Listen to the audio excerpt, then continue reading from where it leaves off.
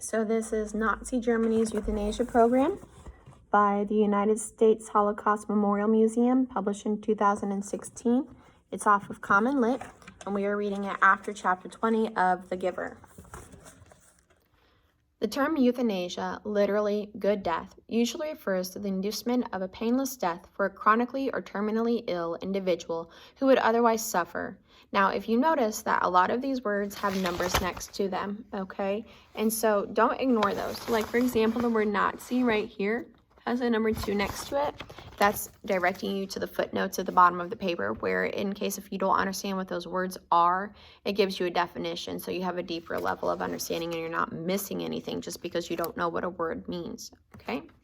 In the Nazi context, however, euthanasia was a euphemism for a clandestine murder program of disabled patients living in institutional settings in Germany and German annexed territories. The program was Nazi Germany's first policy of mass murder. Like those who planned the genocide of European Jews, the organizers of the euthanasia program imagined a racially pure and productive society and embraced radical strategies to eliminate those who did not fit within their vision. That's not news to anyone who knows history. On August 18, 1939, the German government issued a decree compelling medical personnel to report newborns and children under the age of 3 with severe disability. In October of 1939, authorities began to encourage parents of children with disabilities to admit them to pediatric clinics. The clinics were in reality killing wards, where specially recruited medical staff murdered their young charges by lethal overdoses or starvation. The killing program eventually included juveniles up to 17 years of age. Planners quickly extended the killing program to institutionalized adults, so the Nazi program did not start with that of Jews. It started with disabled children, and then it went to children up to the age of 17, and then it went to disabled adults. So they were effectively killing their own people before they tried to kill anyone else. In autumn 1939, Adolf Hitler signed a secret authorization to protect participating personnel from prosecution. Its functionaries called their secret enterprise T4. T4 operatives established 6 gassing installations. Within hours of arrival at such centers, the victims perished in gas chambers disguised as shower facilities, utilizing pure carbon monoxide gas. And if you know much about the Holocaust, they went ahead and used those exact same factors there. T4 functionaries burned the bodies in the crematoria. Workers then took the ashes of cremated victims from a common pile and placed them in urns to send to relatives, along with a certificate listing a fictive cause of death. So they did tell their family members that they died. Fictive cause of death. You can kind of figure out with the Latin root fic, meaning fake.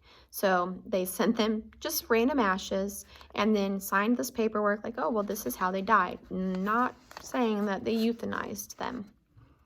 In view of widespread public knowledge and protest, Hitler ordered a halt to the program in August 1941. 2 years, almost 2 years this went on.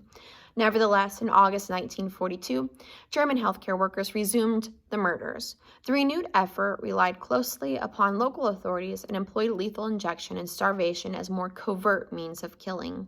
And the German-occupied East SS and police units also murdered tens of thousands of disabled patients in mass shootings and gas vans. Planners of the final solution drew on the gas chambers and crematoria specially designed for the T4 campaign to murder Jews. So they started with undesirable members of the society, and then they moved to bigger groups. So it goes from disabled people to now the Jewish population.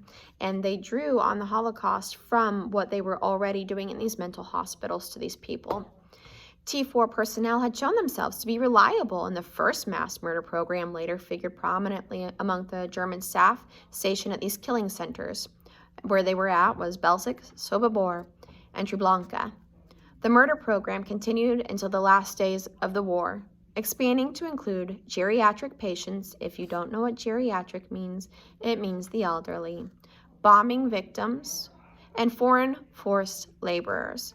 Historians estimate that the euthanasia program, in all its phases, claimed the lives of 200,000 individuals. So we're talking pre-Holocaust. all these people were died. They were euthanized before they even began on the Jewish population. So if you already knew that the Nazis were pretty much a horrible group of people, here's more evidence for you to kind of figure those things out.